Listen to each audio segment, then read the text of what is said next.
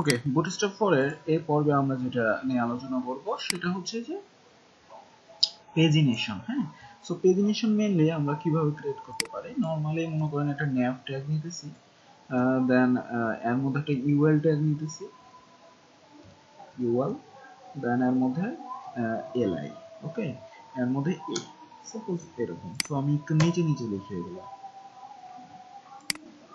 UL আর li এ suppose এরকমই থাকলো, মনে করেন এই জায়গায় আমরা দিতে পারি হচ্ছে প্রিভ,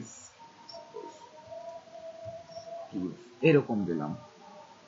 এখন জাস্ট হচ্ছে এই এলআইটাকে আমি একটু বেশি নিয়ে নিচ্ছি, দেন মনে করেন এই জায়গায় আমি 1 দেন 2 দেন 3 এন্ড লাস্টে আমাদের এখানে যেটা লেখা থাকবে সেটা হচ্ছে নেক্সট।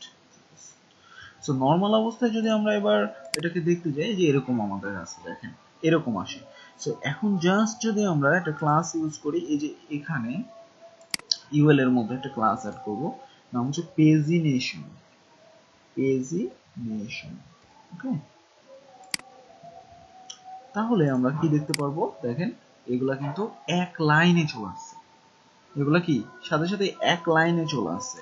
আচ্ছা, এবার জাস্ট যদি আমরা যে এই এলআই এর মধ্যে একটা ক্লাস অ্যাড করি, এলআই সবগুলোর মধ্যে একটা ক্লাসের নাম হচ্ছে পেজ আইটেম, জাস্ট এটা দিলে আমরা তেমন কোনো কিছু পরিবর্তন লক্ষ্য করব না, বাট আমরা যদি এবার এর মধ্যে একটা ক্লাস অ্যাড করি, এর মধ্যে একটা জাস্ট একটা ক্লাস অ্যাড করব এবার। সো এখানে লিখুন ক্লাস ইকুয়াল টু, জাস্ট এবার ক্লাসের এখানে একটা নাম হবে পেজ লিংক, ক্লাসটার নাম হবে মেনলি পেজ লিংক।